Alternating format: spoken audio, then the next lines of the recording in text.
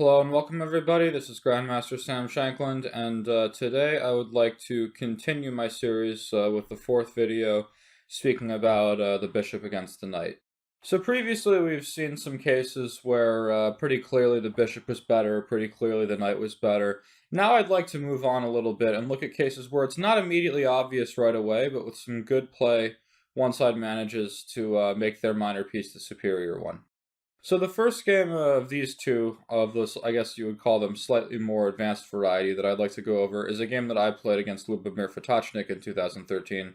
And I generally don't like to go over games that I've played myself, and I've said this many times, but sometimes they're good games, and ultimately it's a little bit easier for me because I've already looked at them in a lot of detail. In this game, I guess the opening isn't especially relevant, so we're just going to skip ahead to the first critical moment, which comes here after bishop f7. The first thing that everyone should notice is we've got a sharp position with opposite side castling and potentially attack versus attack. Both sides have created pawn hooks, white on b3, which is sort of inviting the advance a5 to a4, while at the same time black has a pawn on g6 that's sort of inviting h4 to h5. But the second thing we should notice is black has the bishop pair. Now, these bishops are not especially active at the moment. In particular, the g7 bishop is really shut down. But at some point, they could become annoying, and black is threatening a move like c5, which would undermine the defense of the e5 pawn. And if black were to get his bishop back into the game on e5, I think he'd be doing really well. So I took this opportunity to play bishop h6, which trades off black's bishop pair, and soon we'll see after knight d5, bishop g7, king g7. Here we're going to quickly get into a straight bishop against knight scenario. Now you see all these arrows here, and those are there for a reason. That's because I'm trying to point out that this bishop on f7 is not an especially good piece. If you look at all these key pawns on the white squares, on h7, g6, and f5, those are restricting black's bishop from finding an active home. Black would much prefer, for example, if they could go up to h6, g5, and f4. By doing so, black would gain the g6 square for the bishop, and then potentially be able to harass the white king a bit along this long b1 to h7 diagonal. Now, you might argue that the bishop on f7 is okay because it's sort of gearing down on the white queen side, and this pawn on b3, is not an especially good defending piece, and it's not going to clamp down that long because black has the resource a5, a4 to blow things up. This is all true, but nonetheless, I think white is better. If we remember, we talked a bit earlier, and I believe that in general, a well-outposted knight controlling a lot of important central squares will be better than a bishop. So here, after knight takes d5, black must take with the bishop on d5. If queen takes d5, knight f4. And here, after something like queen b5, d5, strong move. This bishop on f7 is really shut down, and white is ready to play something like e6 and bring the queen up to d4 and start attacking on the dark squares. That's another thing to keep in mind, is that in the middle game, when one side has a bishop, they're really going to have one color complex that's weaker than the other, especially if they've got pawns on the same color as their bishop. And here, as we'll see, the dark squares are really weak, and white's going to take advantage of that as the game goes on. So instead of that, black tried bishop takes d5, and now knight f4 anyway. And here we're starting to see some of the reasons that the knight turns out to be better than the bishop. This knight on f4 is on a really nice central square. Now you might argue that it's unstable due to the advanced g5, but this doesn't work here on account of knight takes d5, queen takes d5, and queen takes g5 check, with white winning a critical pawn and soon the game. So the knight cannot get kicked for the moment, and white's next move is going to be h4, which will not only stop g5, but also prepare a kingside attack with h5, aiming to open the h-file. But another very important thing here, which we haven't yet spoke about in this series, is oftentimes in these bishop versus knight situations, the pieces could just get exchanged. And here, it is up to white when that exchange happens. Knight takes d5 is always something he can do, but here, he's not going to do it right now. But because he has that resource at his disposal, he can always keep that in mind, and that means he has a lot of control about how the game proceeds. So black played a very natural move here with a5. It's quite simple. He wants to play a4, loosen up the white queen side, and prepare an attack. White responds in kind with h4. And here, during the game, I was expecting black to play a4, and the computer suggested h5, and if a takes b3, h takes g6, and white's attack is faster, while if g5, white can go knight takes d5, again highlighting this point when one side controls when these pieces exchange, that gives them a lot more control over the position, because here after queen takes d5, white can play queen takes g5 check, king h8, h6, threatening mate on g7. Black would not like to play rook g8, because after queen takes e7, now queen f6 is going to be mate, and white has gained even more time and another pawn. But after rook f7, I was a little worried here that I'm sort of out of gas. The g file is not especially useful because g7 is under control, and the queen's end's getting opened. The computer said white's still better here, but I think it's much easier to just play in the simple good knight versus bad bishop scenario by playing b4. Now this loosens up the queenside a little bit, but the king certainly has sufficient cover, and it's not like black has any real way to make trouble for him. Here, I still like white's position a lot for very simple reasons. The knight's better than the bishop. If you look very quickly, white is getting all of his pawns onto the dark squares off of any kind of weaknesses that the bishop could hope to use. So instead of a4, black played h6, which is more of a defensive prophylactic move. He's hoping to meet the move h5 with g5 now, and it's very important that black has this pawn on g5 protected, and here he has a totally fine position. So white's not ready for h5, he just activates another piece with rook c1. And here, black has some problems to solve, because what white wants to do is get this bishop, which, while is not a great bishop, is reasonably annoying on d5. It's performing some defensive roles, it's getting in the way of white's pawn push d4 to d5, which would allow the queen to come to d4. And white would like to expel this bishop with a move like rook c5 to put it somewhere more passive. So, the game continued c6. There wasn't much choice in the matter. Black could not stop rook c5 with the move b6, because white has something quite strong here. I'd like all the viewers to please pause their videos and see if they can figure out what that might be. Alright, if you want more time, please keep your videos paused.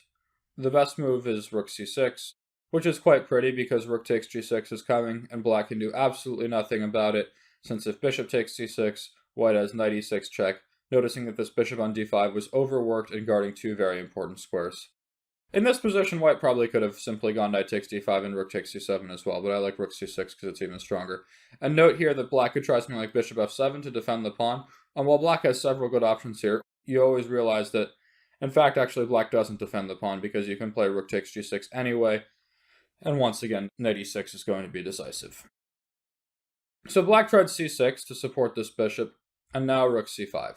Here where there is a critical threat of playing rook takes d5. So for instance, if black were to play a4, rook takes d5 wins the game on the spot, because after c takes d5, knight e6 check, white has an extra queen. And it's actually not a wildly easy threat to stop. For instance, the most natural move to me appears to be queen d7. But here, we're going to see highlighted a point that I've already spoke about already, which is that in these knight versus bishop scenarios, if one side can control when those pieces come off the board, that's going to be really advantageous for them. And here, this is a very good moment for white to pull the trigger with knight takes d5, specifically because black is unable to recapture with the queen. Instead, he has to take back with the pawn, and this makes for a symmetrical pawn structure where after rook h to c1, white is absolutely dominating the only open file, and with a move like rook c7 coming in next, I would think black has to try to contest it with rook c8. And here white can just be simple, trade off all the rooks, and finally at the end the a5 pawn is loose. And with a clean extra pawn in this queen endgame, I think white should win without a ton of trouble. So, this rook c5 move is actually really annoying, and the bishop has to be pushed backwards. Now, in my opinion, bishop g8 was the best move, but that's a really sad move to have to play. Black instead played bishop f7, which makes a lot of sense, but if you look at this, you've got all these pieces on dark squares. The bishop can't really attack. The pawns on g6 and f5 are rendering the bishop largely useless. And here, it's very clear that this bishop is being pushed backward. In fact, white could even continue with a move like e6 to push it even further, and as we'll see, he will soon enough. So white plays d5. This is a strong move, because, as we've seen before, and as I've said before, white would really like to put the queen on d4 so it can attack the dark squares, the squares that this bishop cannot defend. And here we're seeing black having the pain of having all of his pawns on the same color as his bishop, is that he's really left one color complex vulnerable. So black can't really play bishop takes d5 here. He would like to trade off the bishop for the knight, because here he's a pawn up, but once again we see the same tactic with rook takes d5 and knight e6 check, winning the queen. So black tried c takes d5, and now it would be a mistake to play knight takes d5, because after e6 the knight will be lost, but white simply slams down with e6, and after bishop e8, we've looked at this bishop, so passive on the back rank, lacking good squares. Meanwhile, the knight on f4 is attacking all the fun stuff. So queen d4 check is a good move to include before playing rook takes d5. This forces the black king to move, since rook to f6 would fail to knight takes d5, and the pin is deadly. Instead, black had to move the king, and now we see another point of playing queen d4 check, is after rook takes d5, the queen controls this all-important b6 square, which means the black queen has nowhere fun to go after being attacked. You might say the most active square is c7, but unfortunately here, white just brings in another piece with tempo with rook to c1, and now black could, in theory, play queen back to b8 here, but it's really an admission of failure. Instead, bishop c6 looks natural. I mean, you've taken this bishop from the passive square, brought it to somewhere at least a little bit more active, where it's anchored by a nice pawn on c6. Keep in mind, it's always good to have your minor pieces anchored by pawns, but here it turns out not to matter because white has a winning tactic with rook to d7. And the queen and the pawn are hanging, and unfortunately black cannot take this rook on account of rook takes c7. Instead, black tried queen b8, and here white had several ways to win. If you look, this bishop on e8 is just really bad. It's blocked by its own pawn on g6, and coming to c6 is a thought, but even then it's kind of biting on granite when white has pawns on f3 and g2. Here I played h5, which turned out to be wrong, but I just like to show the easiest way to make this knight superiority over the bishop felt. What white would really like to do is play the move rook d7, aiming to take this pawn on e7. So what I did was h5, and my idea to prepare it was g5, knight g6 takes, and now rook d7, thinking that I'm going to take this pawn on e7 and win the game by checkmate. But this must be calculated very precisely, because if you think about it, white has just traded off his good knight for black's bad bishop after a soon-to-come h takes g6, and if it's miscalculated, black will have made great strategical gains. So instead of that, the best move was to prepare rook d7 in another way. So I'd like you guys to pause your videos and see if you can figure out what that is. Alright, so if you want more time, please keep your videos paused. The best move is rook to e1. And the point of this move is after rook d7 now, black can take on d7, and what white would love to do is play e takes d7 and follow up with knight e6, where we're seeing that this knight, even now that the bishop is gone, just evaluating the knight individually, it's an awesome knight. It's coming into e6 to win the game. This is met with the strong move e5, and all of a sudden white is losing material directly. And here he probably has to bail out with queen c5 and queen e7 check. So instead of that, it's better to start with the simple move rook to e1, and here black is entirely powerless to stop the invading move rook d7. For instance, the computer suggests queen a7, but after simply takes, and rook e7, black cannot take this rook because after d takes e7, he is unable to prevent moves like rook takes e7 check followed by knight e6 coming in, and white will at least win a rook back, while because this pawn on d7 is so dangerous and will likely cost black one of his rooks. One could try something like rook a6, but still after rook d7 takes, there's nothing black can really do. If queen d8, we're going to play knight e6, and the queen is hit as well as mate on g7, forcing black to take this knight, and after rook takes e6, black is completely lost because the pawn on d7 is just restricting the black queen, and when you have a pawn fighting against a queen and the rest of the board is open, it's not surprising that white should just be able to give checkmate here after soon to come h5, stuff like that. So you could say, well, queen d6 gets a queen exchange, and it does, and even here black's rook on d6 gets activated, but after rook e7 check and king g8, knight e6, this knight on e6 is once again the boss of the board. The lousy bishop is gone, but even still, this knight is just winning the game. Knight takes f8 is a threat. Once that rook moves away to, say, rook a8, we have rook e8 check, and if rook f6, we have d8 queen. So here, black is entirely lost.